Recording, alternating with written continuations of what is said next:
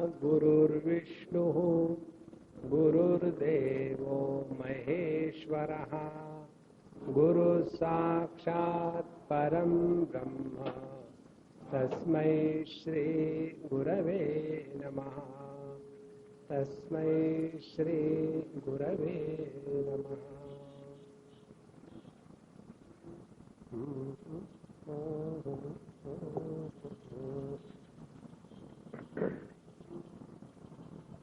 हम लोग 5वें और 6वें श्लोक को पढ़ेंगे भगवद गीता के 13वें अध्याय में। श्री भगवानुवाच महाभूतान्यहंकारः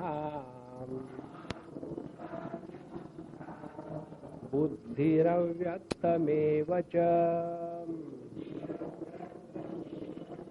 इंद्रियाणि दशैकं च पंचचेन्द्रियगोचराः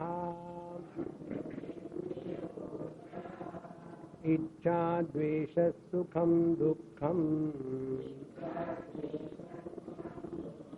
संघातश्चेतना धृतिः एतत् क्षेत्रं समासेन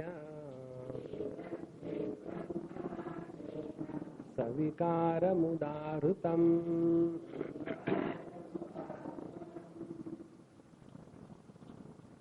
भगवान की जो प्रकृति है, जिसको यहाँ क्षेत्र कहा गया है, महाभूतान्यहंकारः बुद्धिरव्यक्तमेव च, और जो हमारे ज्ञान प्राप्ति के कर्म करने के साधन है, ज्ञानेन्द्रिया, कर्मेंद्रिया और हमारा मन, और ये जो 5 विषय है इस जगत में, इसके बारे में हम कुछ नहीं कर सकते। जैसे अग्नि को जलाने की शक्ति है। देखो भाई, हमिंग हो रहा तुम्हारे माइक में, ठीक करो। तो अग्नि की जो जलाने की शक्ति है, उसके बारे में हम क्या कर सकते हैं? वो है तो है। तो एक बात कर सकते हैं, कौन सी? उसको स्वीकार करो। दूसरा चॉइस है कहां? तो यह जो भगवान की प्रकृति है, उसके बारे में हम कुछ नहीं कर सकते। तो वो तो बात खत्म हो गई। अब दूसरी बात आती है जो 6वें श्लोक में लिखी है, इच्छा द्वेष सुखम दुखम संघातश्चेतना धृति। ये इसी प्रकृति की विकृति है।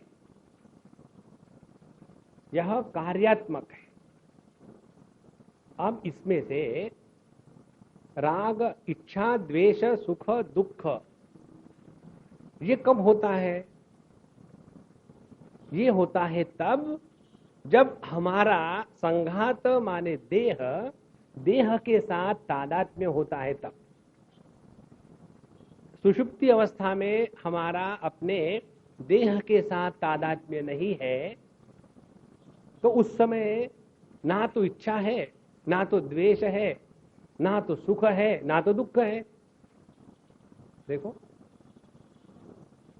और हम लोग जो परेशान होते हैं जीवन में, वो प्रकृति के कारण नहीं, महत तत्व के कारण नहीं, अहंकार तत्व के कारण नहीं, ये जो पंच महाभूत है उनके कारण नहीं, हम इंद्रियों के कारण तंग नहीं होते, हम अपने कर्मेंद्रियों के कारण तंग नहीं होते, मन के कारण तंग नहीं होते। हमारे तंग होने का कारण है इच्छा द्वेष सुखम दुखम। देखो, और ये इच्छा द्वेष सुखम दुखम निकलते कहां से है? ये निकलते हैं उस समय से जिस समय हम देह के साथ माने संघात के साथ तादात्म्य कर लेते हैं। देखो, और ये देह कब तक चलता है? जब तक चेतना और धृति रहती है तब तक।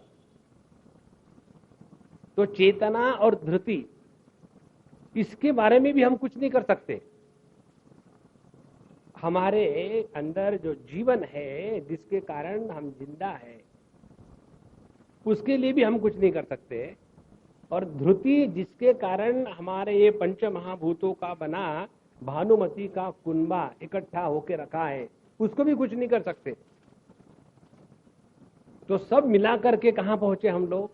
एक चीज पर, जब तक के हमारा अपने स्थूल देह के साथ तादात्म्य रहेगा तब तक के इच्छा द्वेष सुखम दुखम ये चार लोग हमको कंधे पे उठा के ले जाएंगे।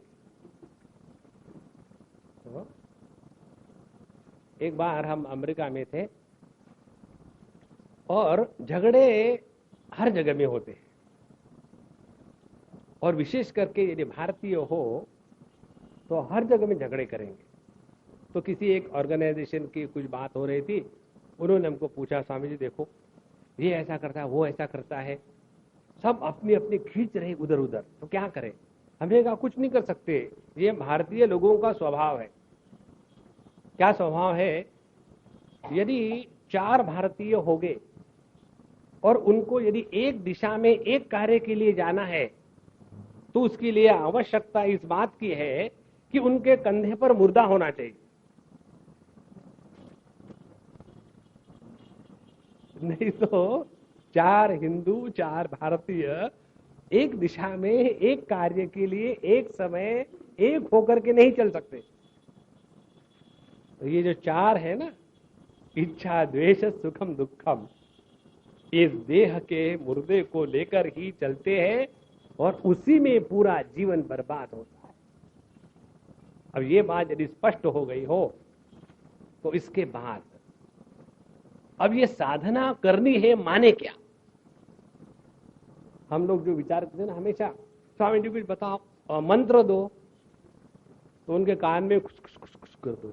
एक बार मुझे किसी ने पूछा था कहीं तो भी, स्वामी जी मंत्र दो, इधर आओ इधर आओ, और हमने को कान में कहा ये आपने क्या किया? ने मंत्र दिया। उन्होंने समझ ये कभी मंत्र होता है? हमने कहा देखो हमने जो कहा इस पर तुम्हारा विश्वास कहाँ है? यदि इस कुर को लेकर के तुम अपने मन को एकाग्र करो तो प्रभु की प्राप्ति होगी।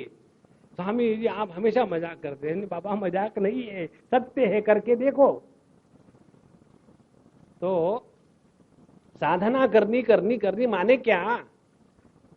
साधना करनी माने जिसके द्वारा हमारा अपने स्थूल देह के साथ तादात्म्य समाप्त होगा वह साधना है। किसी ने अपना नाम साधना रखने से नहीं होता। किसी ने अपने लड़की का नाम साधना रख दिया और कहा मैं तो साधना का बाप हूं, तो कुछ नहीं होगा।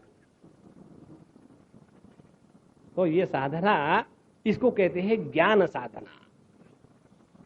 एक हो गई कर्म साधना। कर्म साधना के द्वारा अंतःकरण का निर्माण। अंतःकरण का निर्माण माने क्या?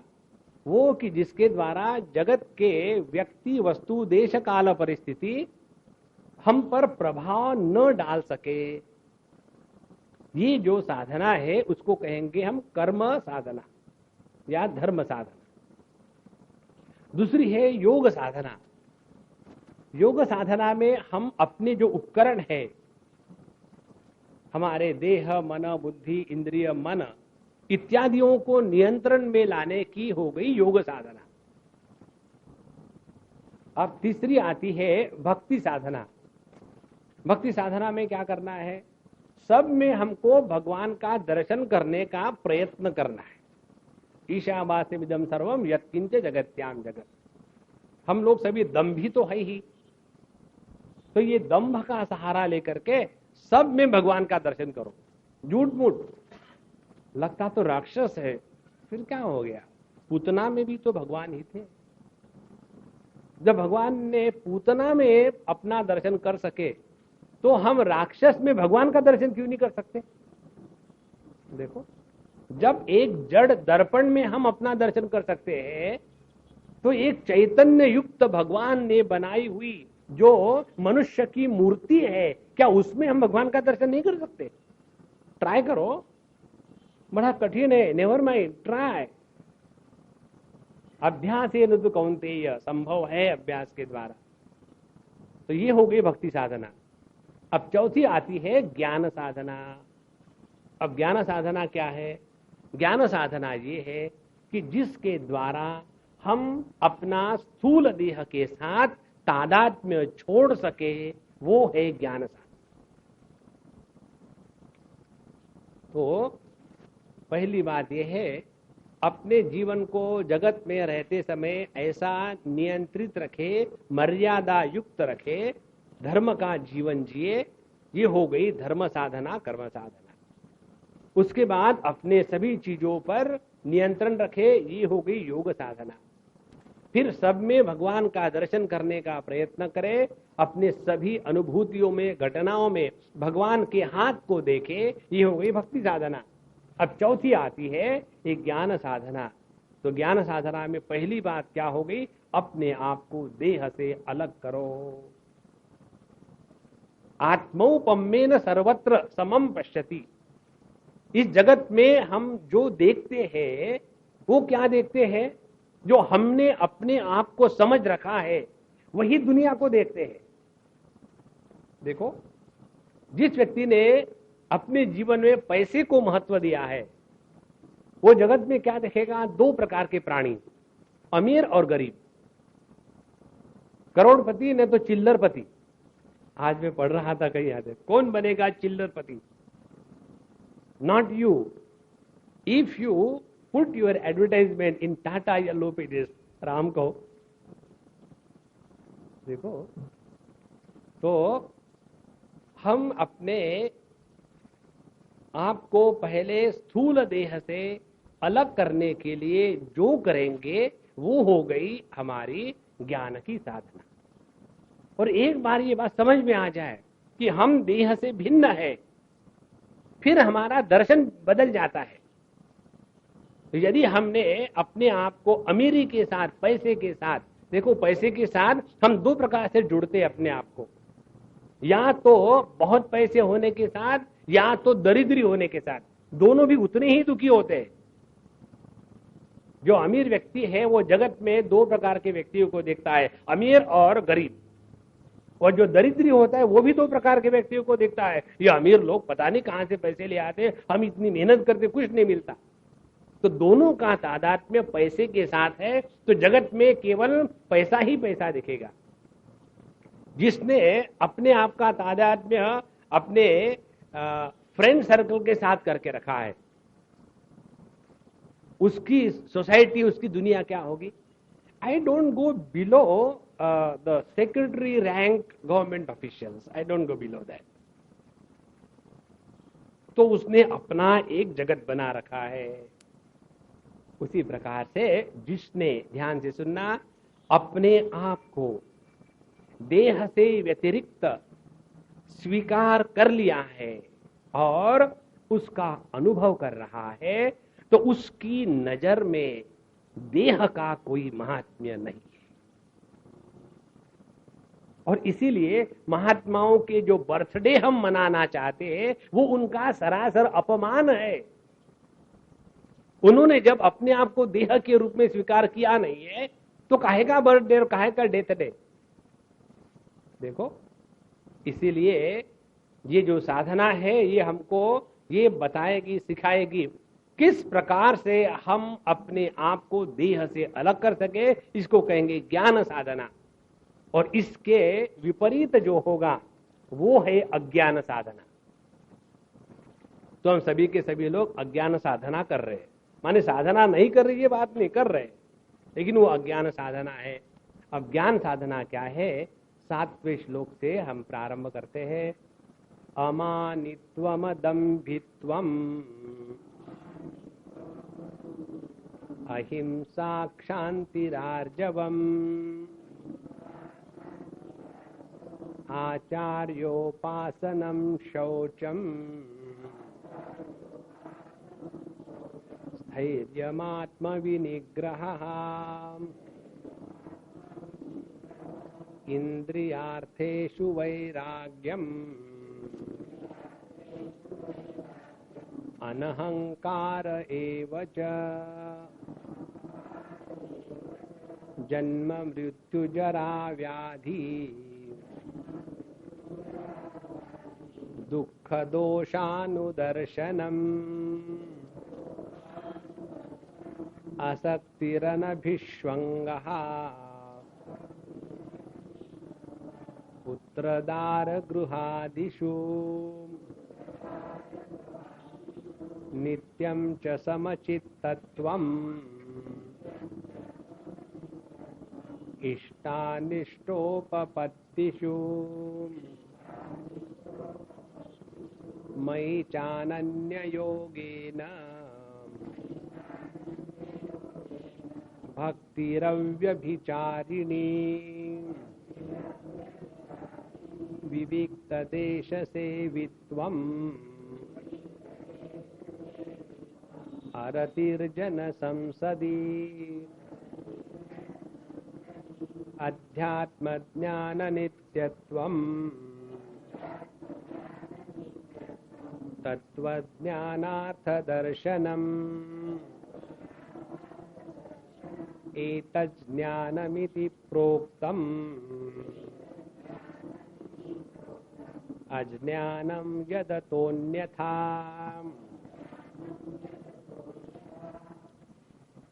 ये 5 श्लोकों में भगवान श्री कृष्ण ने ज्ञान की साधना बताई है। ज्ञान साधना किसको कहते हैं? इसमें 20 बातें बताई। ये 20 बातों को जीवन में हम उतारने का प्रयत्न करेंगे तो उसका प्रभाव ये होना चाहिए कि हमारा स्थूल देह को लेकर के विचार करने का जो स्वभाव पड़ा है वो स्वभाव धीरे धीरे खत्म हो जाए। यदि ये हुआ तो उसका प्रभाव ये होगा कि जागृत के विषय वस्तु परिस्थिति इसमें अब हमको हिलाने की शक्ति नहीं रहेगी। और जो व्यक्ति स्थूल जगत के द्वारा प्रभावित नहीं होता उसी ने स्थूल देह के साथ तादात्म्य छोड़ा है। देखो, हम आपको काल्पनिक बात नहीं बता रहे। जैसे हम लोग गहरे नींद में सो रहे, खर्राटे मार रहे, साउंड स्लीप। साउंड स्लीप का हमने आपको अर्थ बताया है ना, स्लीप अपने लिए, साउंड पब्लिक के लिए। तो जब हम गहरे नींद में हैं उस समय हमारा स्थूल देह के साथ तादात्म्य नहीं है, इसीलिए स्थूल जगत में क्या हो रहा कुछ फर्क नहीं पड़ता। चाहे भूकंप हो, चाहे किसी की हत्या हो, चाहे कहीं आग लगी हो, कोई फर्क नहीं पड़ता। इसलिए ये साधना करने से धीरे धीरे हम सभी जगत की समस्याओं के ऊपर उठ जाएंगे। पहली साधना अमानित्वम, इसको हम 2-3 प्रकार से बताएंगे और अब सुपर फास्ट स्पीड से जाएंगे, एकाग्रता से सुनो। अमानित्व माने व्यक्ति को अपने आप को लेकर के बड़ा मान अभिमान होता है।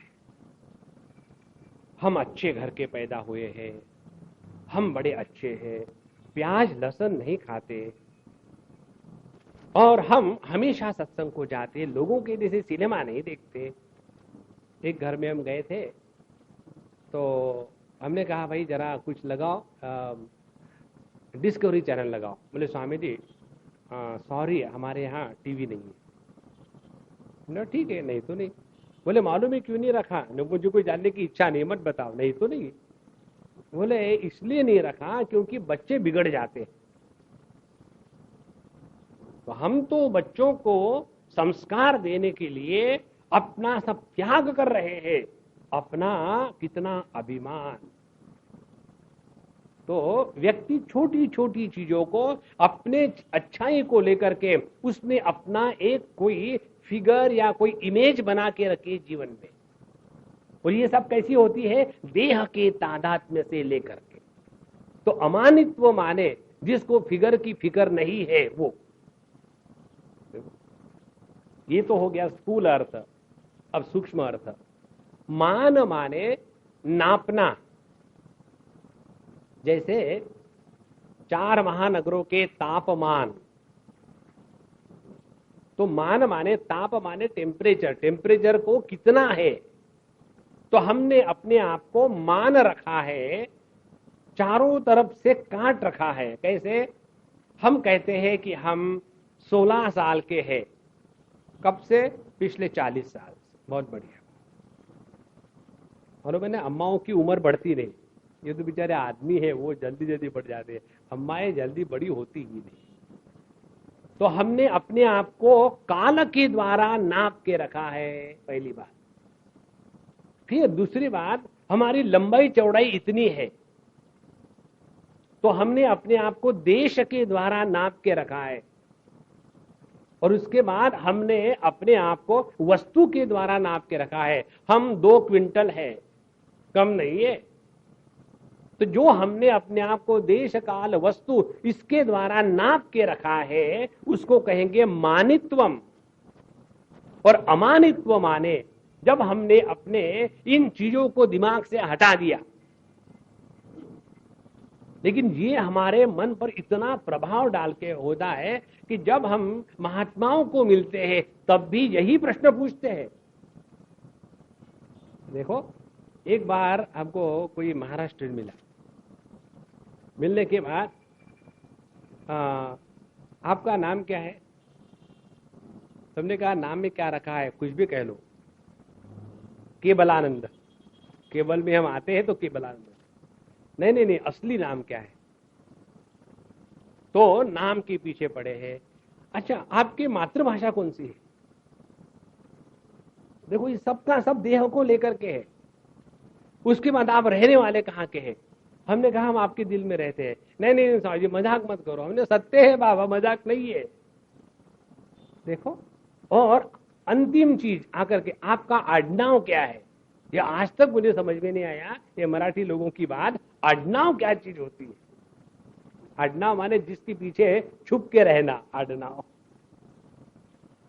तो ये जब तक के हम अपने आप को स्थूल देह के साथ तादात्म्य करके रखेंगे तो दुनिया के साथ व्यवहार करते समय वही बात आएगी, दूसरी बात आ ही नहीं सकती। इसीलिए अमानित्वम। तो क्या करनी है ज्ञान साधना? किसी के भी बारे में कुंडली लिखने की जरूरत नहीं। तुम्ही कुठले,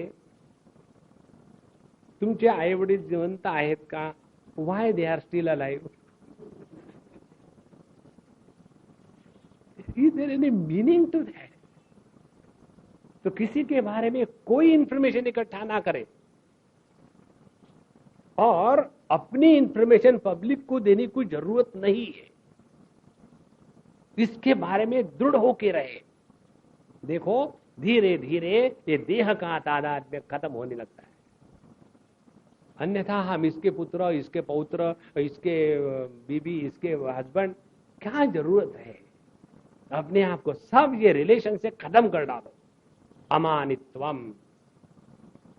और ये जितना होगा उतना आपका मन प्रभु में लगेगा। नहीं तो जैसे हमने आपको कल बताया था, मैं देह हूं, ये वाक्य कोई भी व्यक्ति नहीं बोलता, लेकिन मैं देह हूं इसी धारणा से हम अपने जीवन का प्रत्येक क्षण जीते हैं। जैसे समझो कोई मर गया, हम गए उसके मरने के स्थान, तो फिर कहेंगे पता नहीं अब हमारा भी शायद नंबर आने वाला है। माने मरे हुए देह को देखा और अपने को मरने की कल्पना करी, तो हमने अपने को क्या समझ के रखा है? देह ही तो समझ के रखा है ना। इसीलिए अपने मृत्यु की कल्पना और दूसरे के मृत्यु का शोक, इसका मूल आधार है मानित्वम। तो अमानित्वम ये है ज्ञान साधना। दूसरी बात अदंभित्वम। दंभ किसको कहते हैं? आमदानी 98, खर्चा रुपया, उसको कहते हैं दंभ। जो कुछ है नहीं वो दिखाने की प्रक्रिया को दंभ कहते हैं। तो जैसे इसके बारे में भगवान शंकराचार्य के 1-2 ग्रंथ है, दंभ का बड़ा सुंदर वर्णन आता है। एक जगह कहते हैं कि आदमी आराम से बैठा था अपने कमरे में, खटखटाहट हुई, तुरंत हाथ में माला लेकर के बैठा। तो अगला आगे आने के बाद तो पब्लिक को दिखाने के लिए माला को चलाना ये दंभ है, पहली बात।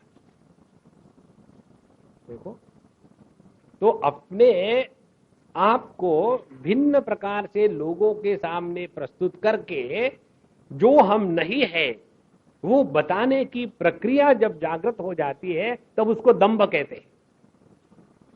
अब ये हो गया साधारण स्थूल अर्थ, इसमें हम ज्यादा नहीं जाएंगे क्योंकि दंभ के बारे में हमसे ज्यादा कौन पढ़ा सकता है। दंभ को लेकर के हम सभी के सभी सेल्फ सफिशिएंट हैं। अब और डीपली चले जाते हैं। हमने ये आपको कहानी बताई थी, दूसरे पद्धति से इसको सुनो। एक बार एक माँ हमारे पास आई, रोती रोती, तो हम बड़े दुखी है, हमने उनको बहुत जोर से झाड़ दिया। हमने कहा खबरदार कहोगी तो दुखी है, कुछ नहीं आ तुमको, कहो 25 बार मेरे सामने कि मैं सुखी हूं, मैं सुखी हूं, जोर से शुरू करो। वो इतनी घबरा गई थी बेचारी और शुरू कर दिया, मैं सुखी हूं। मैंने ऐसे नहीं, ठीक से कहो। तो मैं सुखी हूं, मैं सुखी हूं, धीरे धीरे धीरे धीरे धीरे 15-20 बार कहा और है कहा अम्मा चुप हो जाओ, अब सिंसियरली बताओ कि तुम दुखी हो क्या। बोले नहीं स्वामी जी। हमने कहा देखो हम सभी के सभी दंभी हैं,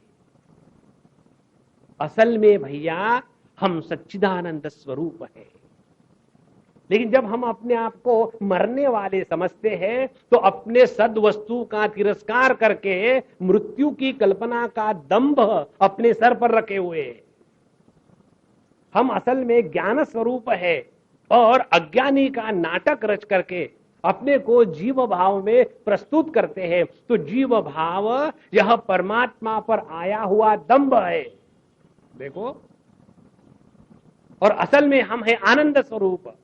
आदमी 24 घंटे आनंदित रह सकता है, 24 घंटे दुखी नहीं रह सकता। ट्राई करके देखो, देवदास भी जब सोता था तो सुखी था। इसीलिए अपने आनंद स्वरूप को छुपा करके अपने आप को दुनिया के सामने दुखी रूप से प्रस्तुत करना, इससे बड़ा और कोई दंभ नहीं है। इसीलिए अदम्भित्व का तात्पर्य है अपना जो सच्चिदानंद स्वरूप है उसको उभरने दो बाबा। अदम्भित्वम।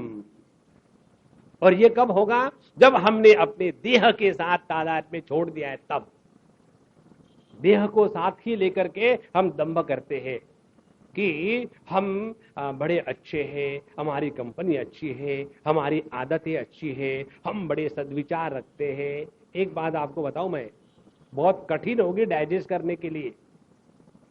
सॉलिड डोज है, हिम्मत से लेना, नहीं तो डायरिया हो जाएगा, स्पिरिचुअल डायरिया। कौन सी बात है? सत्कर्म, सद्विचार, सद्गुण, सद आचरण, इससे परमात्मा का कुछ लेना देना नहीं है। इसमें हम फंस न जावे। व्यक्ति इसी में फंस जाता है कि हमने अच्छे कर्म किए हैं, हम तो बड़े अच्छे विचार रखते हैं, हमारी भावना सबके लिए अच्छी है। यह परमात्मा से बहुत दूर बात है। ये केवल झाड़ू लगाने की बात है। ज्ञान झाड़ू नहीं लगाता, अपने आप को पहचानना है। और यदि अपने आप को पहचानना है तो स्थूल देह के साथ जब तादाद में छूट जाएगा तब देखेंगे साधु संत किसी का भला करने का प्रयत्न नहीं करते। साधु संत के उपलब्धि में ही दूसरों का भला अपने आप हो जाते हैं। और वो क्या कहते हैं? भला भगवान ने किया, हम किसी का कुछ भला नहीं करते। जिसको दूसरे का भला करने का रोग होता है वो अपना सत्यानाश करता है। देखो महाराज, हो गया है ना डायरिया। तो हम सोच रहे थे हम बड़े अच्छे हैं, हम किसी को डांटते नहीं, हम क्या सबके साथ प्रेम करते हैं। ये क्या ये ज्ञान नहीं है बाबा। अपने स्वरूप को पहचाने। अदम्भित्वम। हमको दंभ में रहने की कोई आवश्यकता नहीं। तो क्या है अदम्भित्वम? हम सच्चिदानंद स्वरूप है। और यदि हम सच्चिदानंद स्वरूप है तो देह हमारे कारण है, हम देह के कारण नहीं है। कठोपनिषद की श्रुति स्पष्ट कहती है, न प्राणेन न अपानेन मर्त्यः जीवति कश्चन। हम श्वासोश्वास चल रहे हैं इसलिए जिंदा नहीं है। फिर इतरेण तु जीवन्ति यस्मिन् एतौ उपाश्रितौ। हम इसलिए सांस ले रहे हैं क्योंकि जिंदा है। देखो, दूसरी बात पंचदशीकार कहते हैं, हमने शायद आपको कल बताई थी, जब हमको रोग हो जाता है तो दुखी होने की बात नहीं, बड़ा अच्छा लक्षण है कि हम जिंदा है, इसीलिए रोग हो रहे हैं। मुर्दे को रोग नहीं होते। आपने कभी सुना है क्या कैथोलिक ग्रेवयार्ड में इंसिडेंस ऑफ कैंसर? हाँ, आप चाहे कोई भी रोग के जंतु ले लीजिए, ट्यूबरकुलोसिस ले लीजिए, ये एड्स के HIV वायरस ले लीजिए, उनको मुर्दे में डालिए, वो मर जाएगा, मुर्दे को रोग नहीं होता। तो हमको यदि रोग हो रहा है, भगवान की बड़ी कृपा है, हम जिंदा है। देखो, इसीलिए उस तत्व के तरफ ध्यान रखे भैया, अदम्भित्वम। हम देह के रूप में रह करके दंभ कर रहे हैं। जब भगवान दंभ करते हैं तब उनको जीव कहा जाता है। जब जीव ने दंभ करना छोड़ दिया तो परमात्मा अभिव्यक्त हो गए। अमानित्वम अदम्भित्वम। तीसरी बात आती है अहिंसा। अहिंसा के बारे में हम आपको गणित बताएंगे, और देखो कैसा मजा आता है। जो हम हिंसा करते हैं 3 प्रकार से करते हैं। ये हिंसा के बारे में भी शास्त्रों में इतना विचार है। हाँ जी, हर चीज सिस्टमैटिकली करनी चाहिए, हिंसा भी सिस्टमैटिकली करो। एक तो हम स्वयं हिंसा करते हैं, दूसरी दूसरों से करवाते हैं, और तीसरी हम उस हिंसा को अनुमोदित करते हैं। तो 3 प्रकार की हिंसा होती है। और उसका कारण एक तो होगा क्रोध में आकर के, दूसरा होगा लोभ से प्रेरित होकर के, और तीसरी होगी मोह के कारण। और क्रोध में आकर के 3 प्रकार की हिंसा, लोभ में आकर के 3 प्रकार की हिंसा, और मोह में आकर के 3 प्रकार की हिंसा। तो कितनी हो गई? 3 गुणा 3, 9 प्रकार की हिंसा हो गई। अब ये जो 9 प्रकार की हिंसा है, ये भी हम 3 स्तर पर करते हैं। एक हल्की फुल्की हिंसा, दूसरी मध्यम दर्जे की हिंसा, और तीसरी बड़ी क्रूर हिंसा। तो 9 गुणे 3 कितने हो गए? 27 प्रकार की हिंसा। और जो हम हिंसा करते हैं वो करते हैं अपने देह से, अपने वाणी से और अपने मन से। तो 27 गुणे 3 इतने प्रकार की हिंसा संभव है। तो अहिंसा किसको कहेंगे?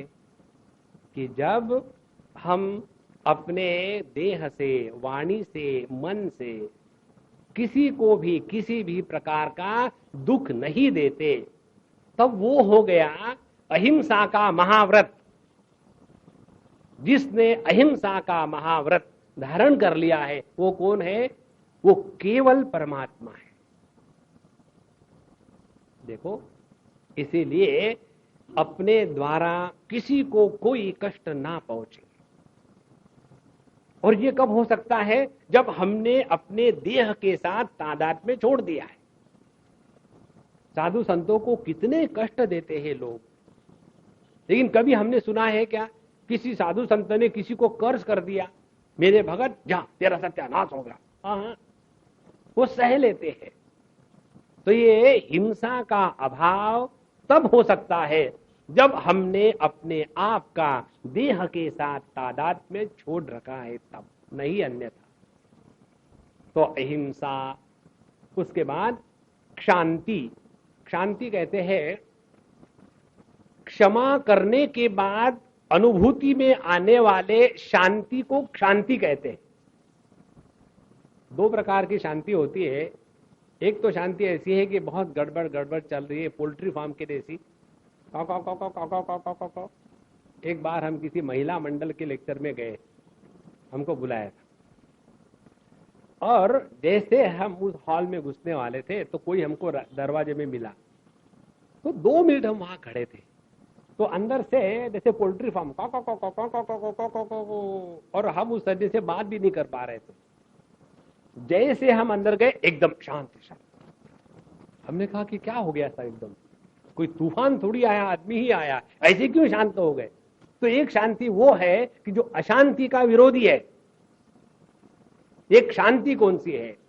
शांति वो है कि जब किसी ने हमारे प्रति अन्याय किया है तो अन्याय करने के बाद भी हमारी दूसरे को क्षमा करने की जो क्षमता है, उस क्षमता को जागृत करने के कारण अन्याय करने वाले के प्रति भी जब हमारे मन में क्षमा होती है तो उसके कारण जिस शांति का अनुभव आता है उसको कहते हैं शांति।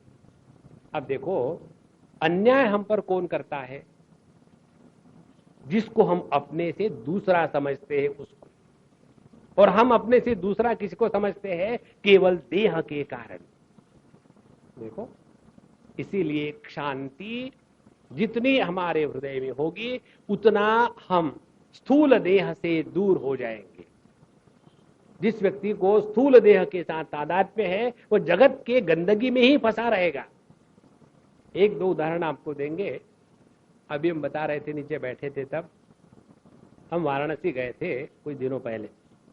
हमारे साथ एक हमारे मित्र थे, पति पत्नी दोनों, और वाराणसी में जब गए, गलियों में वहां चलना पड़ता है, चारों तरफ से गर्मी, और उस छोटी सी गली में सांड भी चलते हैं, मोटरसाइकिल भी चलती है, आदमी भी चलते हैं, भिखारी भी चलते हैं, बाबा जी भी चलते हैं, सब धूम धड़ाका चलता है चारों तरफ बिल्कुल। और सबसे बढ़िया बात हमको लगती है वाराणसी की, वहां हर आदमी पान खाए सैया हमार, और पान खा करके जैसे रियल डेमोक्रेसी, जहां मर जाए थूक दो, कोई किसी को टोकता नहीं। ये सब जब हम घूम रहे थे, देख रहे थे, तो हमारे मित्र के स्वामी जी, यहां सब कुछ ठीक है, चारों तरफ कितनी गंदगी है। हमने कहा बोलना बोल लो, जितना बोलना हो। बोले हो गया। हमने कहा अब सैनिटेशन इंस्पेक्टर मत बनो, इस गंदगी से ऊपर उठो और लोगों के चेहरे की तरफ देखो। आपको किसी के चेहरे में रोना धोना नहीं दिखेगा, मस्त है लोग। तो जीवन में महत्व किसका है? साफ सफाई में रोता हुआ चेहरा, या जहां भी हो मस्त चेहरा। Now you decide. देखो, अपने जीवन में हमने महात्म्य किसको दिया है? प्रसन्नता को दिया है कि झाड़ू लगाने को दिया है? इसका तात्पर्य ये नहीं कि गंदगी करनी चाहिए, ये इसका तात्पर्य नहीं है। हमने जीवन में महात्म्य किसको दिया है? इसीलिए शांति, हाँ ऐसा है, अब है, क्या करें? इसका मतलब ये नहीं कि दुखी हो जाए। इसीलिए शांति और आर्जवम। आर्जवम माने सरलता, तीन प्रकार की सरलता। वही तपस्या तीन प्रकार की, सरलता तीन प्रकार की, अहिंसा तीन प्रकार की। कौन से तीन प्रकार है? एक तो है पहली सरलता, देह को लेकर के सरलता। देह को लेकर सरलता माने क्या? नॉर्मल चले, एकदम जा करके ऐसा कोई जरूरत नहीं, नॉट नेसेसरी। उसी प्रकार से ऐसा भी नहीं फटक फटक फटक फटक झाड़ू मारते जा रहे, आदमी के जैसे चले। सरलता देह के स्तर पर।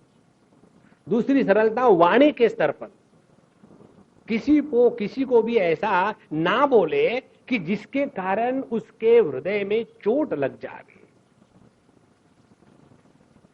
और तीसरी सरलता होती है मानसिक सरलता।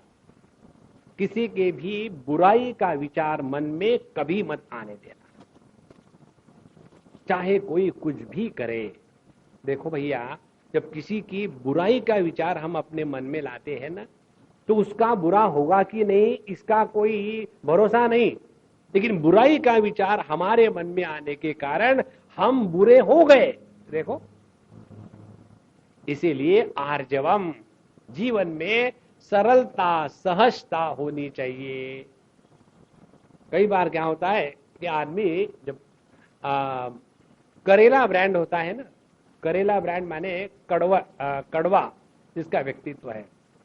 समझो कोई व्यक्ति किसी कारण से बेचारा लेट पहुंच गया, तो उनको ये नहीं कहेंगे आइए बैठिए, अच्छा आज इतने जल्दी कैसे आए? अब उसको बेचारे को मालूम है वो लेट हो गया है, वो पहले ही अपने लेट आने के कारण दुखी है। कोई ना कोई कारण होगा। ऊपर से हम उसके जख्म पर नमक छिड़क रहे हैं कि इतने जल्दी कैसे पहुंच गए आज आप। तो यह जो कुटिलता है ये नहीं होनी चाहिए। देखो भगवान रामचंद्र जी के सामने जब हनुमान जी सबसे पहले मिले तो एक ब्राह्मण ब्रह्मचारी का वेश लेकर के प्रस्तुत हुए। तो भगवान ने दूर से देखा, अच्छा बहुत बढ़िया बात है, हम उनको छुपा थोड़ी सकते उनसे कुछ। और जब हनुमान जी को पता चला तो फिर उन्होंने अपना जो असली रूप है वो धारण किया, तब जाकर के भगवान ने उनको गले लगाया। तो कुटिलता आती है देह के तादात्म्य के कारण। तो आर्जवम, सहजता, सरलता, उसके बाद आचार्योपासनम, आचार्य की उपासना। आचार्य किसको कहते हैं? हम जिससे भी कुछ सीख ले वो आचार्य है। बहुत सरल बात है। और उपासना करना माने क्या? उपासना करना माने उनकी सेवा करना। सबसे बढ़िया सेवा कौन सी होती है? सबसे बढ़िया सेवा ये होती है जो उन्होंने बताया है उसको अपने जीवन में उतारना। हम लोग जाते हैं महात्माओं के पास और कहते हैं कि महात्मा जी हमको दीक्षा दीजिए, मंत्र दीजिए। दीक्षा और मंत्र का अर्थ क्या है कि आप जो बताएंगे वो हम जीवन में उतारेंगे। ये होता है दीक्षा और मंत्र का अर्थ। और महात्मा लोग हमको कहते हैं दुखी मत होना स्वामी जी, वो तो ठीक है लेकिन कुछ मंत्र दीजिए। अब इनको मंत्र चाहिए, कौन सा मंत्र चाहिए? हाथ में माला पकड़वा लो और बिजी रखो। देखो मंत्रणा वो है कि जिसके द्वारा हमारा देह के साथ तादाद में छूट जावे। इसीलिए आचार्योपासनम, साधु संतों के पास जाके उनके साथ रह करके यदि हमने कुछ सीखा अपने जीवन में तब कहीं हमारी उपासना हुई। अन्यथा जैसे भगवान शंकराचार्य जी के गले में रुद्राक्ष की माला थी लेकिन वो रुद्राक्ष रुद्राक्ष ही रहे, कोई फर्क नहीं। उसी प्रकार से यदि हम साधु संतों के साथ रहे और हम में कोई फर्क आई ही नहीं, हम जैसे पहले पत्थर थे वैसे ही आखिरी दम तक पत्थर ही पत्थर रहे, तो इसलिए आचार्योपासनम का तात्पर्य है जिस साधु संत के संपर्क से हमारा मन शांत होता है, जिसके वाणी से हम अपने को बदलने के लिए तैयार है, जिसके प्रति हमारे मन में स्वाभाविक आदर बुद्धि जागृत हो जाती है, यदि ऐसे संत महात्माओं से हम सीखने के लिए तैयार नहीं है तो भगवान भी हमको नहीं सिखा सकते। इसीलिए आचार्योपासनम। और देखना यह है ज्ञान साधना, इसको ध्यान से रखना। हम यहां भक्ति साधना की बात नहीं कर रहे। भक्ति साधना में बीच में आचार्य की कोई जरूरत नहीं, सब कुछ कन्हैया लाल है। तो यदि हमको जीवन में कुछ सीखना है तो उसके लिए हम गुरु के पास जावे। तद विज्ञानार्थम गुरुमेवा विगच्छेद समित पाणि ही श्रोत्रियम ब्रह्मनिष्ठम तद विद्धि प्रणिपातेन परिप्रश्नेन सेवया उपदेक्षन्ति ते ज्ञानम। देखो वही ज्ञान का प्रसंग है। उपदेक्षन्ति ते ज्ञानम ज्ञानिनः तत्वदर्शिनः। तो आचार्योपासनम। फिर शौचम। शौच होता है अपने बाहर के साफ सफाई के साथ साथ अंतःकरण की पवित्रता, इन दोनों को मिलाकर के जो खिचड़ी बनती है उसको कहते हैं शौच। केवल साफ सफाई को शौच नहीं कहते। तो ये तो हो गया स्थूल अर्थ शौच का। भगवान शंकराचार्य शौच का अर्थ अपने ग्रंथ में बताते हैं, बड़ा सरल अर्थ। वो कहते हैं कि अपना जो देह है वो अत्यंत मलिन है, अत्यंत मलिनो देहा, लेकिन इसमें रहने वाला जो देही है वो अत्यंत निर्मल है। तो ये निर्मल देही असंगोहम इति ज्ञात्वा शौचमेतत् प्रचक्षते। तो जब तक हम अपने आप को सच्चिदानंद पर ब्रह्म के स्वरूप में पहचानेंगे नहीं, तब तक के कितनी भी मिट्टी लेकर के मिट्टी को घसते जाओ, साफ सफाई नहीं होगी। तो तीन प्रकार की शौच की प्रक्रिया है। एक स्थूल जगत में रहने की शौच की प्रक्रिया, उसमें क्या करना है? साफ सफाई के साथ साथ अपने आचार विचार धर्म सम्मत होने के बाद व्यक्ति गलत प्रकार के भोगों में नहीं जाता। ये हो गई स्थूल शौच की प्रक्रिया। फिर सूक्ष्म शौच की प्रक्रिया यह है कि हमारे अंतःकरण में केवल राग द्वेष का अभाव होना यही बात काफी नहीं है, बल्कि हमारे अंतःकरण में पवित्रता की पराकाष्ठा जो परमात्मा है उनका चिंतन हमेशा चलता रहे। ये हो गई अंतःकरण के शौचम। और जो असली शौच है अपने आत्म तत्व के लेवल पर हमने अपने आप को जो परिच्छिन्न स्वीकार किया है, इस परिच्छिन्नता का त्याग करके जो भगवान कहते हैं क्षेत्रज्ञम चापिमाम विद्धि सर्व क्षेत्रेषु भारत, तो यह अपने देहात्म भाव से निपट जाते हैं। एक बात बता दूं आपको, हमारे शास्त्रों में नित्य कर्म नैमित्तिक कर्म इत्यादि बताए हैं। नित्य कर्म में आता है कि हम लोग सुबह रोज जल्दी उठे, उसके बाद बाथरूम टॉयलेट पूरा कर ले, फिर ब्रश कर ले, उसके बाद नहा धोने के बाद भगवान की पूजा पोथी करे। ये सब करने में क्या बात की प्राप्ति होनी चाहिए? यदि हम सुबह उठ करके इसका ध्यान करें, कौन सा ध्यान? सुबह जब हम उठे तो देखो अपने देह में गंदगी के सिवा कुछ नहीं होता। यदि सुबह उठने के बाद हम ब्रश ना करें और किसी आदमी से बात करने जाए तो आदमी दूर चला जाता है। क्यों? कि हमारे मुख से गंदगी निकलती है। तो ये पूरा देह जो है इतने गंदगी का पुतला, उसके साथ तादाद में रहकर रहेंगे तो काहे का शौच है? इसीलिए असली शौच है अपने स्वरूप में निष्ठा प्राप्त करके रहना। इसीलिए ये स्थूल देह के साथ तादाद में छोड़ना ही चाहिए। स्थैर्यम, स्थैर्यम है स्थिरता। फिर ये स्थिरता 3 लेवल पर। पहले देह की स्थिरता। अब यहां जितने भी आप लोग बैठे हैं 90% लोग स्थिर बैठते हैं। कई जगह में जब जाओ तो 2-2 मिनट में आसन बदलते हैं। कई लोगों को आसन में बैठ करके हिलने की आदत होती है, कई लोग अपनी टांग हिलाते बैठते हैं। तो जिसके जीवन में स्थैर्य है वही अपने स्थूल देह से धीरे धीरे ऊपर उठ रहा है। पहला ये स्थैर्य। दूसरा स्थैर्य होता है अपने प्राणों के स्पंदनों का स्थैर्य।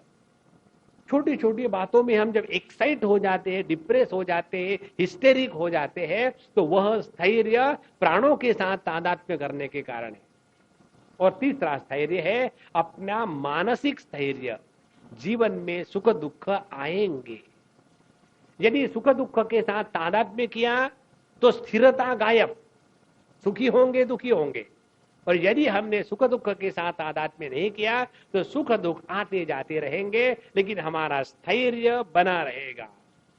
इस प्रकार से इस स्थैर्य के द्वारा धीरे धीरे हम अपने स्थूल देह से परे चले जाते हैं। और आत्म विनिग्रह, आत्म विनिग्रह का तात्पर्य है, आत्मा का अर्थ है हमारा मन। अपने मन को अपने नियंत्रण में रखना, इससे बढ़कर के और कोई बढ़िया साधना नहीं। अब देखो हम लोगों की परेशानी क्या है, आदमी को गुस्सा क्यों आता? गुस्सा आने का कारण यह है हमारा मन हमारे नियंत्रण में नहीं है।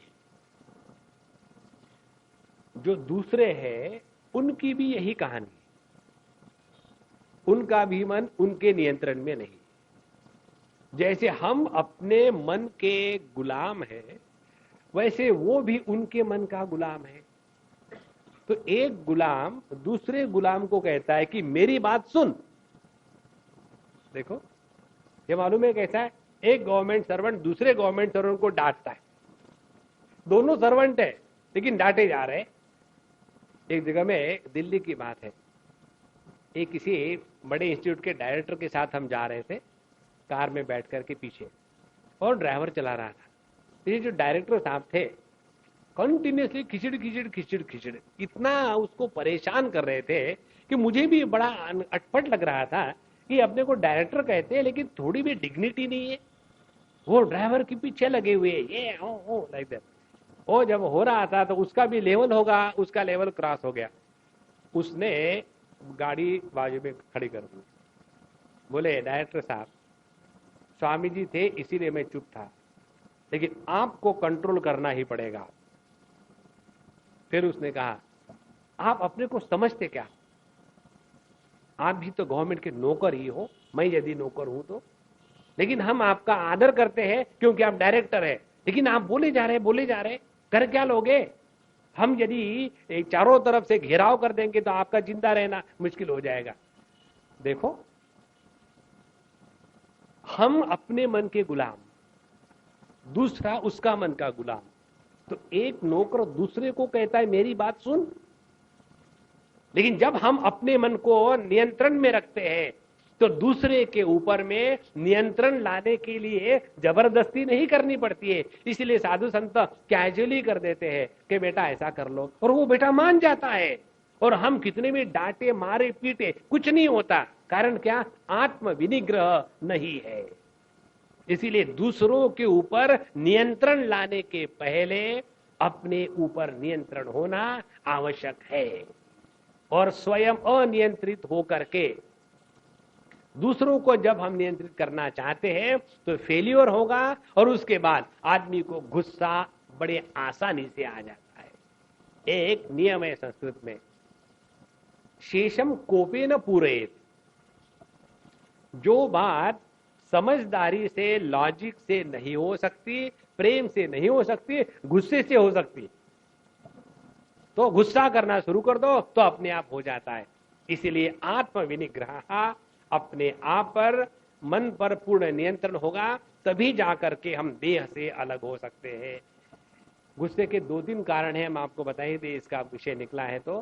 पहला कारण ये है कि जब हम स्थूल देह के द्वारा वीक होते हैं तब आदमी को गुस्सा आता है। आपने देखा होगा ना, जब हाथी चलता है तो शांत चलता है, और अपने बम्बई के कुत्ते वाह वाह वाह वाह वाह करते रहेंगे, एकदम पतले पतले। उनको समझो, हाथी को आप पत्थर दिखाओ तो देख करके आगे चले जाएगा, उसको मारो तो भी कोई फर्क नहीं पड़ेगा क्योंकि बलवान है। एक छोटे यूजलेस कुत्ते को डंडा दिखाओ, मारो मत, डंडा दिखाओ, काओ काओ शुरू। तो स्थूल देह का जो वीकनेस है उसके कारण गुस्सा आता है। दूसरा, जब हम कोई चीज कर नहीं सकते लेकिन उसको स्वीकार नहीं करते तब जाकर के आदमी को गुस्सा आता है। और तीसरी बात, हम चाहते हैं दुनिया हमारे कहने के अनुसार चले, हम कोई भगवान नहीं। हर बार अपनी नहीं मनवाना चाहिए। ये बात हो गई तो आत्म विनिग्रह हो गया। ऐसा जो शांत प्रकृति का व्यक्ति है वही अपने आप को देह से व्यतिरिक्त समझ सकता है। आगे, इंद्रियार्थेषु वैराग्यम। हमारा इंद्रियार्थ माने जगत के विषय, विषयों के प्रति वैराग्य का होना आवश्यक है। अब क्यों और कैसा? जिस जिस स्थूल विषय को हम भोगना चाहते हैं, कैसे भोगना चाहते हैं? अपने ज्ञानेंद्रियों के माध्यम से। और ज्ञानेंद्रियों के माध्यम से भोगते हैं हम स्थूल जगत में, और स्थूल जगत का अस्तित्व है स्थूल देह के साथ तादात्म्य होने के कारण। इसीलिए ध्यान से सुनना, जितना हमारा मन जगत के स्थूल भोगों से उपरत होता है उतना हमारा स्थूल देह के साथ तादात्म्य कम है। फिर से हम रिपीट करते हैं, बहुत महत्व की बात है। जब तक के स्थूल देह के भोग हम पर भावी हो रहे हैं तब तक के हमारा स्थूल देह के साथ तादात्म्य कम है। बहुत ही हम उसी ने तब तक के स्थूल देह के साथ तादात्म्य ज्यादा है, कम नहीं है। इसीलिए ये जगत के विषयों में ज्यादा मन को नहीं डालना है। या ऐसा ही रहेगा जगत, इसको आज तक कोई सुधार नहीं सका। भोग कितने भी करो, देखो 9वां जो स्कंद है श्रीमद् भागवत महापुराण का, उसमें सूर्यवंशी और चंद्रवंशी हजारों राजाओं के चरित्र है, हजारों है। और उनमें ऐसे ऐसे राजाओं के चरित्र है।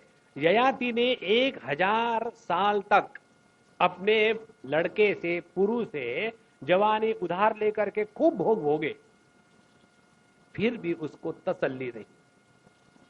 फिर दूसरे राजा की कहानी आती है, भरत की। तो ये दुष्यंत शकुंतला का पुत्र, उसने भी एक दो नहीं 25,000 साल राज्य किया, लेकिन उसको भी तसल्ली नहीं हुई।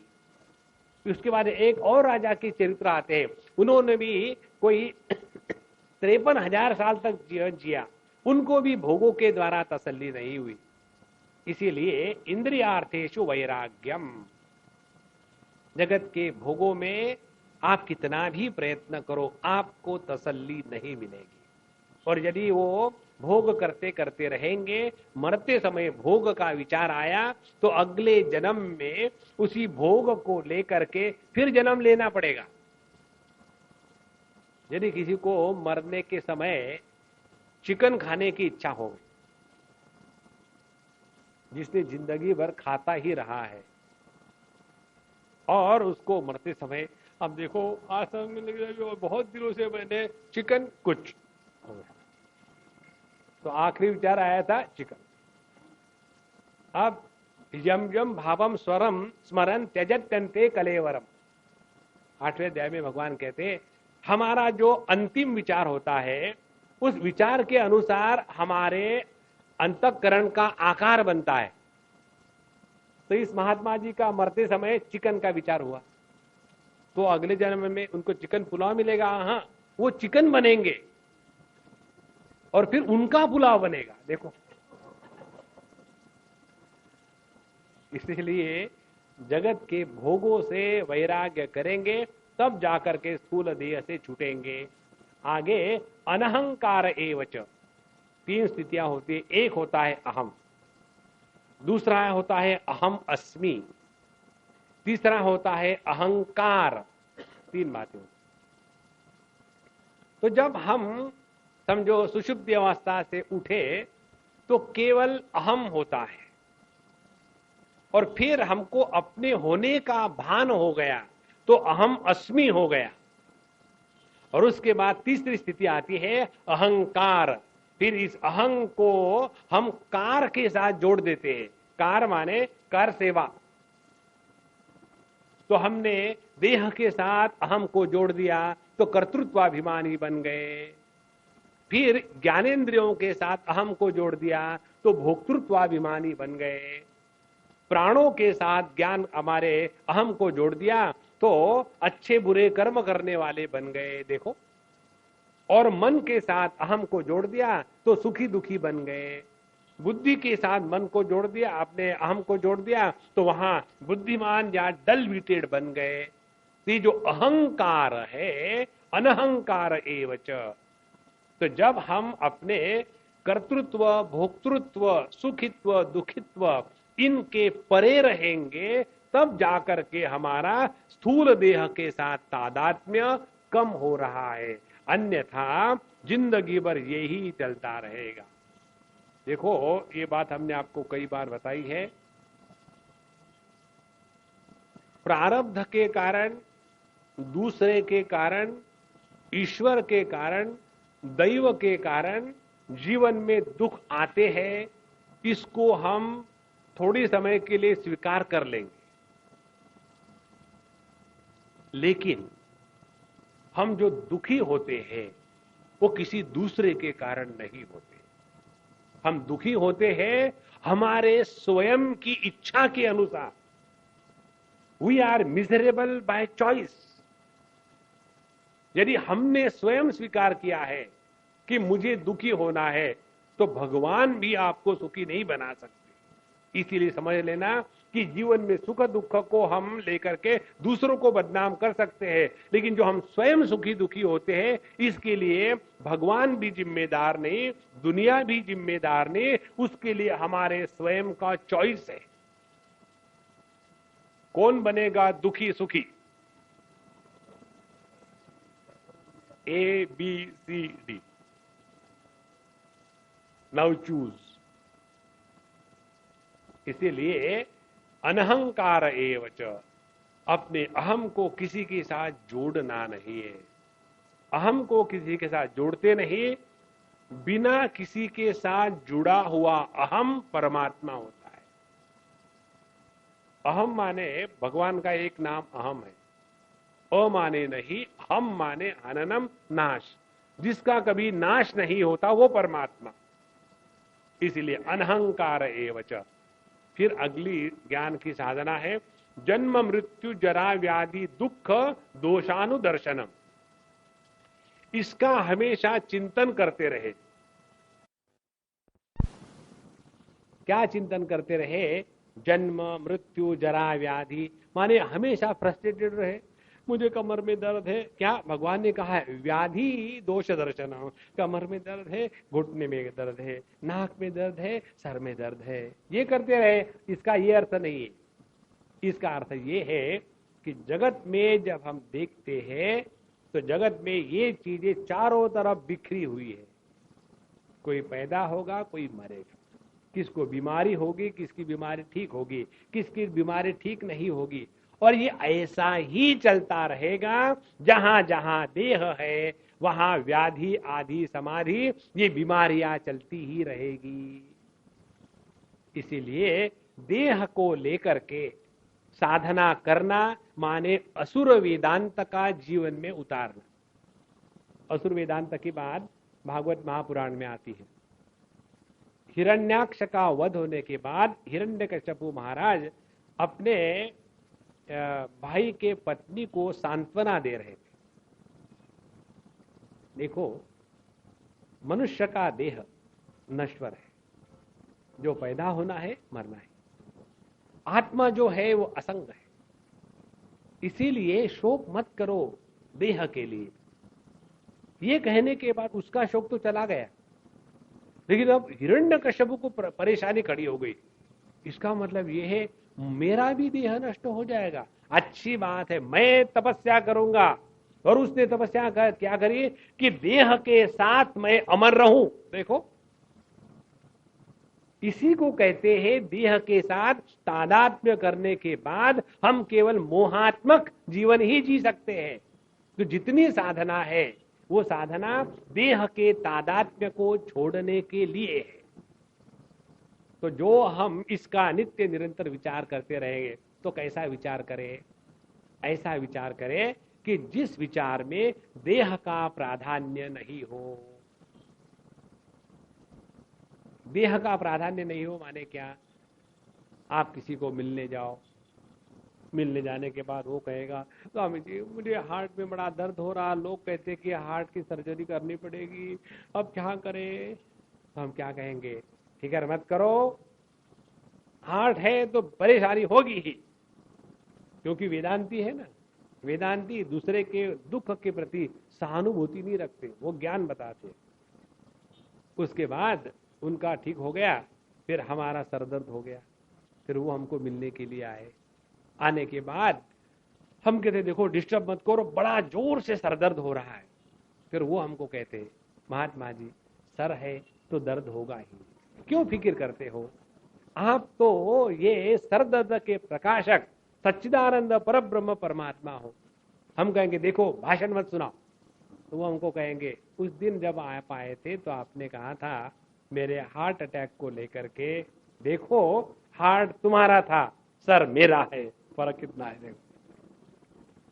इसीलिए ये जो जन्म दुख जरा व्याधि दुख दोषानुदर्शनम का तात्पर्य है, अपने देह के जो व्याधि इत्यादि है उसको लेकर के एकदम टीवी पर हेड न्यूज बनाने की कोई जरूरत नहीं। ये होता ही रहता है। एक बात आपको बताएंगे, आप अपने देह के या मन के किसी दुख को 25 बार 25 लोगों के सामने दोहराओ तो जो दर्द है ना वो 25 गुना बढ़ जाता है।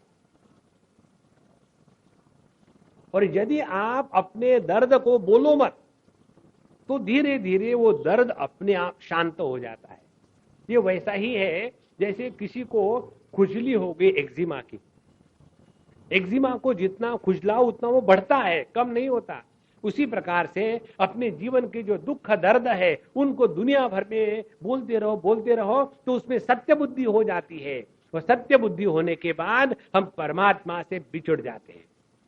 इसीलिए जन्म मृत्यु जरा व्याधि दुख दोषानुदर्शनम, ये तो चलता ही रहेगा, इसको ज्यादा महत्व नहीं देना, तब जाकर के हम देहात्म भाव से छूटेंगे। आगे कहते हैं असक्ति ही, असक्ति माने जहां आसक्ति का अभाव है। आसक्ति ही दो प्रकार की होती है। आसक्ति, आसक्ति माने आसक्ति का अभाव। हम इस जगत में जब रहते हैं तो जो अपने से छोटा होता है उसको हम मेरा कह करके पकड़ के रहते हैं, और जो अपने से बड़ा होता है उसके हम बन करके रह लेते हैं। देखो दो प्रकार है। जब किसी को हम पकड़ के रहते हैं तो हम उसका बोझा उठा रहे हैं, और जब हम किसी के बन के रहते हैं तो वो हमारा बोझा उठाता है। देखो अंग्रेजी में कहूं तो when we possess something we become the carrier of the load of possession, and when we belong to somebody that somebody carries the load of ours. आसक्ति माने जिसने इस जगत के किसी वस्तु व्यक्ति को अपना करके उसका बोझा सर पर नहीं उठाता, और ऐसे जो लोग हैं वो सबके होते हैं और फिर भी किसी के द्वारा बंधन में नहीं आते। देखो हम सबका अनुभव है, हम साधु संतों के साथ रहते हैं तो हमारा क्या अनुभव है, ऐसे लगता है कि स्वामी जी मेरे ही है। हमारे स्वामी अखंडानंद जी की बात है, जितने भी उनके साथ रहने वाले थे भगत, सबका एक अनुभव, हम जी डोंट नो महाराज जी हमसे इतना प्यार करते हैं, क्योंकि उनमें आसक्ति नहीं थी। जिस प्रेम में आसक्ति होती है उस प्रेम का बोझा होता है, और जिस प्रेम में आसक्ति नहीं होती है वो प्रेम हल्का होता है।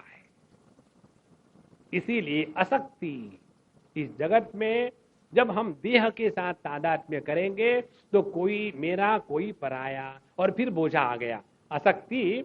और फिर अनभिष्वंगः पुत्रदार गृहादिषु। अनभिष्वंगः का तात्पर्य है जब हमारा बच्चा फेल हो जाता है तो हम दुखी होते हैं, जब हमारा बच्चा पास हो जाए, Swami ji I am happy to tell you my child has got 96% marks. तो बच्चे का भला हो गया तो मेरा मार्क्स, उसका भला, इसको कहते अभिष्वंग। और ये कब होता है, जब देह के साथ तादात्म्य है। किसी दूसरे बच्चे को यदि अच्छी रैंक मिले और अपना बच्चा फेल हो जाए तो देखो कैसा मजा आता है देखने वाले को। इसीलिए अनभिष्वंगः, जब तक कि हम अपने देह के साथ तादात्म्य रखेंगे, पुत्र बच्चा, दार माने पत्नी, गृह माने प्रॉपर्टी आदिशु, इसको लेकर के हम जीवन में बोझा ढोते रहते हैं। और नित्यम च समचित्तत्वम इष्ट अनिष्ट उपपत्तिषु, जीवन में इष्ट अनिष्ट सबके आता है।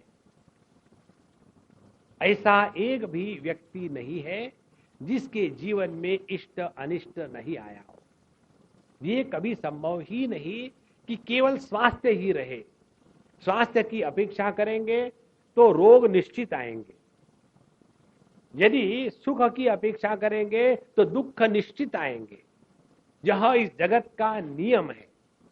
और इसीलिए नित्यम च समचित्तत्वम, तो हमको करना क्या है, बाहर को नहीं देखना है, देखना है हमारे चित्त के समत्व के स्थिति पर। हमने आपको बताया था, चाहे कर्म का मार्ग ले लो, चाहे योग का मार्ग ले लो, चाहे भक्ति का मार्ग ले लो, चाहे ज्ञान का मार्ग ले लो, इन चारों मार्गों की अंतिम दशा क्या है, तो समत्वम योग उच्यते।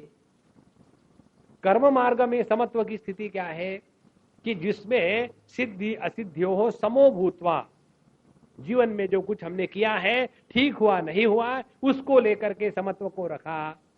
भक्ति में समत्व क्या है, सब में एक ही परमात्मा को देखा है, वहां समत्व आ गया है।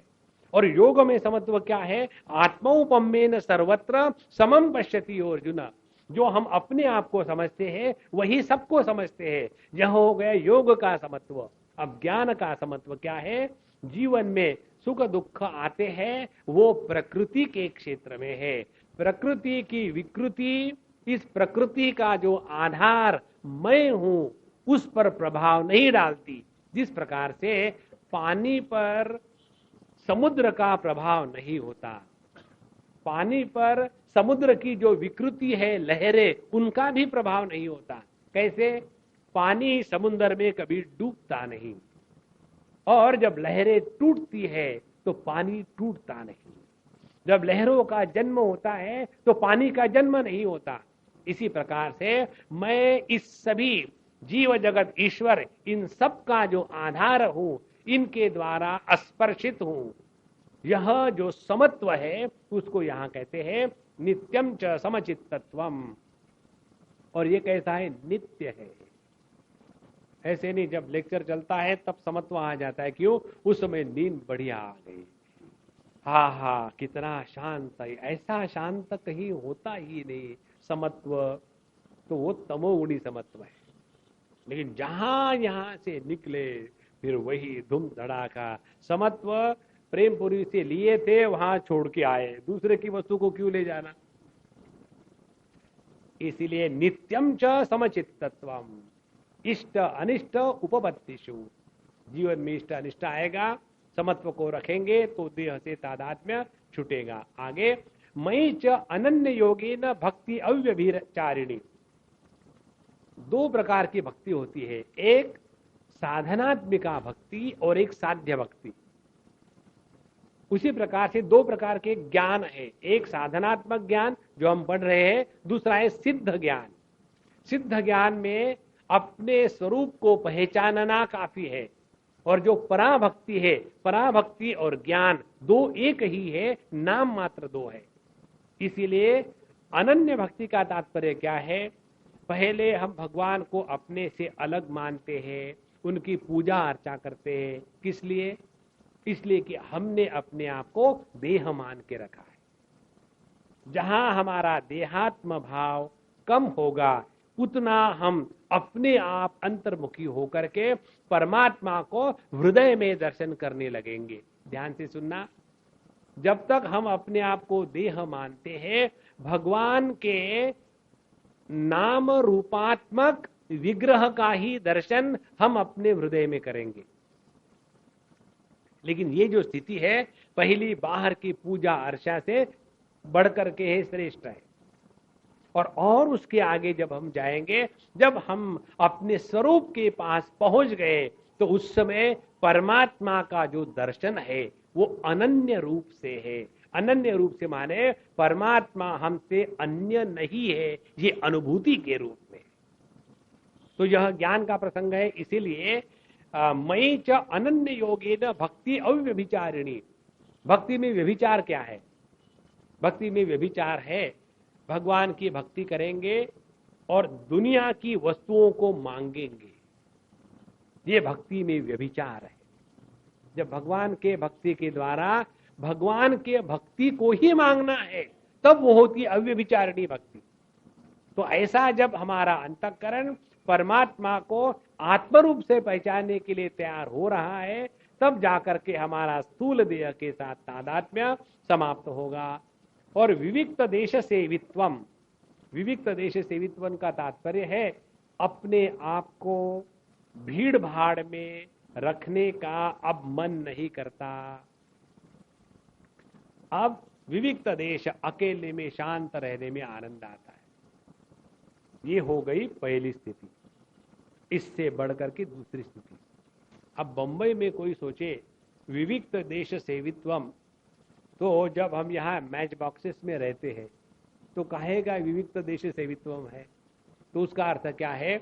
जब किसी के भी द्वारा जहां भी हम रहते हैं, तो किसी के भी द्वारा जब हम प्रभावित होना बंद कर देते हैं, तब हमने विविक्त देश माने जो अकेला देश है। कौन सा अकेला देश है? अपना चिदाकाश, उस अपने स्वरूप में आके बैठेंगे, वहां किसी से कोई हमको डिस्टर्बेंस नहीं होगा। देखो ये बहुत महत्व की बात है भैया। एक हम आपको उदाहरण देते हैं। कई बार जब हम कहीं कहीं लेक्चर को जाते हैं तो कोई ना कोई डिस्टर्बेंस होता ही रहता है। कभी बिजली चली गई, कभी कोई तबले बज रहे हैं, कभी कोई बैंड बाजा जा रहा है, कभी कोई उठ के जाता है आता है। ये तो स्वाभाविक है। और यदि हमारा ध्यान उन चीजों की तरफ गया, पता नहीं कौन जोर जोर से आवाज कर रहा है, तो इसका अर्थ क्या है? इसका अर्थ ये है कि आप हमको नहीं सुन रहे, वो बैंड वाले को सुन रहे। यदि आप हमको सुन रहे होते तो बैंड वाले का गड़बड़ आपको डिस्टर्ब नहीं करता। देखो, इसको कहते विविक्त देश सेवित्वम। जगत में तो गड़बड़ होती ही रहेगी। अब ये कल्पना करें कि जगत में गड़बड़ नहीं होगी तब जाकर के हम ध्यान करेंगे, असंभव है।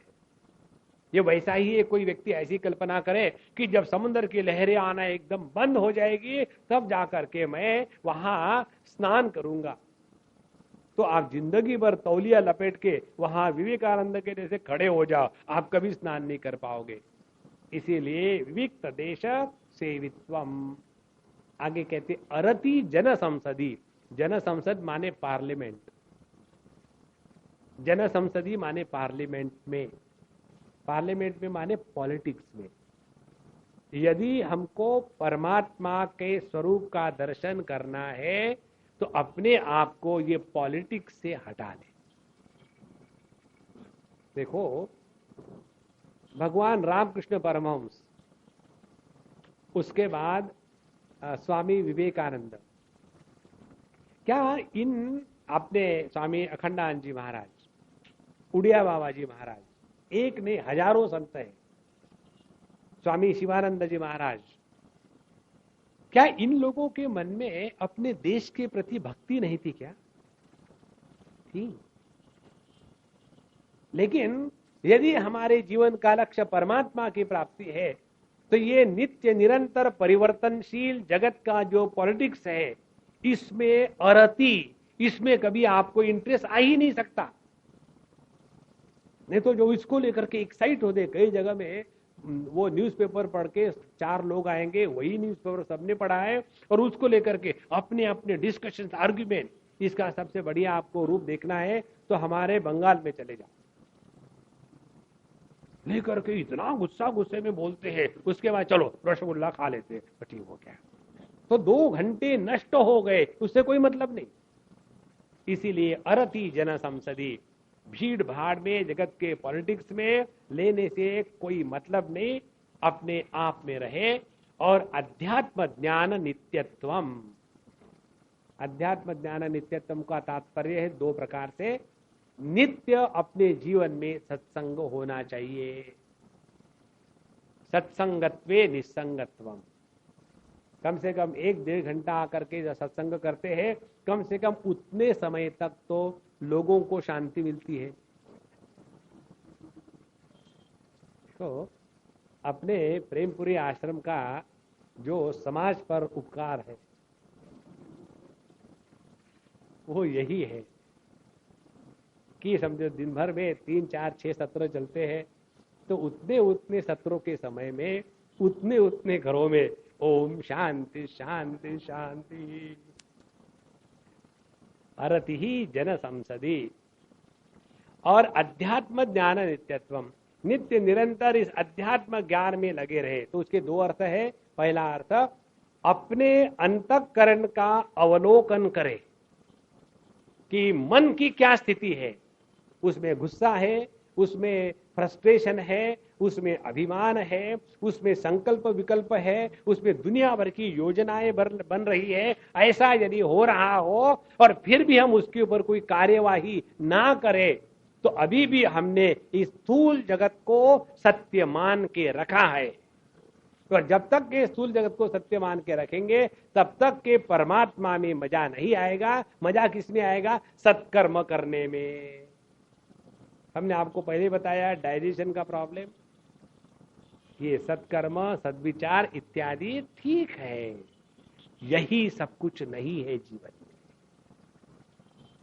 हमको इससे ऊपर उठना है, नहीं तो ये ऐसा ही हो गया।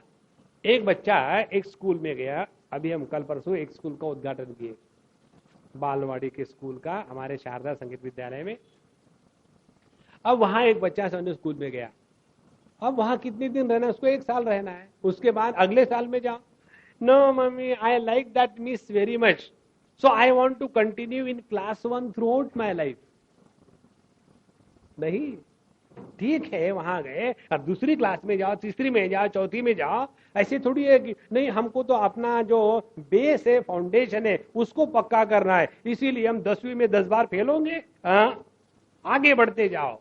इसी प्रकार से पहले हम अपने स्वार्थ से जीते थे, तब निस्वार्थ हो गए, निस्वार्थ के बाद निष्काम हो गए, निष्काम के बाद अब आत्मचिंतन शुरू हो गया। अब आत्मचिंतन शुरू होने के बाद परमात्मा के सिवा जगत में किसी से कोई मतलब नहीं, किसी का भी भला करने का भी संकल्प अपने मन में न आवे। जब दूसरे के भला करने का संकल्प मन में आता है, तब समझ लेना अभी अपना स्थूल देह का तादात्म्य खत्म नहीं हुआ। इसीलिए साधु संतों के माध्यम से दुनिया का भला होता है। वो कभी नहीं कहते कि लोगों का भला करने के लिए हम इस मार्ग पर चल पड़े। जैसे हम गाय रखते हैं दूध के लिए, गोबर तो अपने आप आ जाता है, उसी प्रकार से परमात्मा के प्राप्ति के मार्ग पर निकलने के बाद वो हमारे जीवन का मूल लक्ष्य है।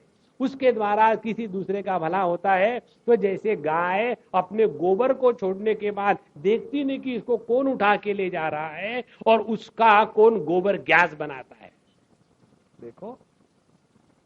इसीलिए अरति जन संसदि अध्यात्म ज्ञान नित्यत्वम, अपने भगवान का ध्यान करने का समय, सत्संग का समय, अपने शास्त्रों का अध्ययन का समय, अपना जप का समय टॉप प्रायोरिटी,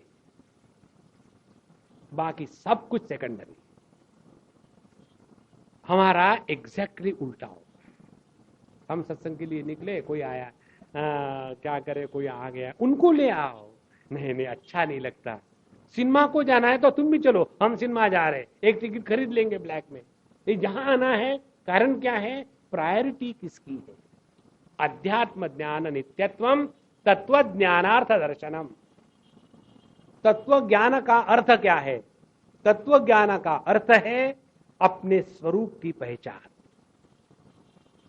तो तत्व ज्ञानार्थ दर्शनम एतद ज्ञानमिति प्रोक्तम, इसको कहते हैं ज्ञान साधना।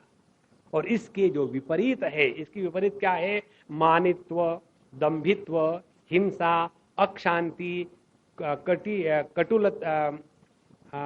कौटिल्य, फिर साधु संतों का अपमान, गंदगी, हमेशा चंचलता, मन पर निग्रह नहीं होना, विषयों में आसक्ति होना, अपने को सभी विकृतियों के साथ जोड़ लेना, अहंकारी होना, अपने जन्म मृत्यु जरा व्याधि का कभी ख्याल तक नहीं रखना और हर एक के साथ चिपक जाना, अपने सुख दुख बच्चों के साथ रह करके उसी में फंसे रहना, छोटी छोटी बातों पर विक्षेपित होना, भगवान के भक्ति का सत्यानाश कर देना, हमेशा भीड़ भाड़ में रहना और सत्संग की कभी बात भी नहीं करना और भगवान को भूल जाना, ये सभी के सभी अज्ञान है।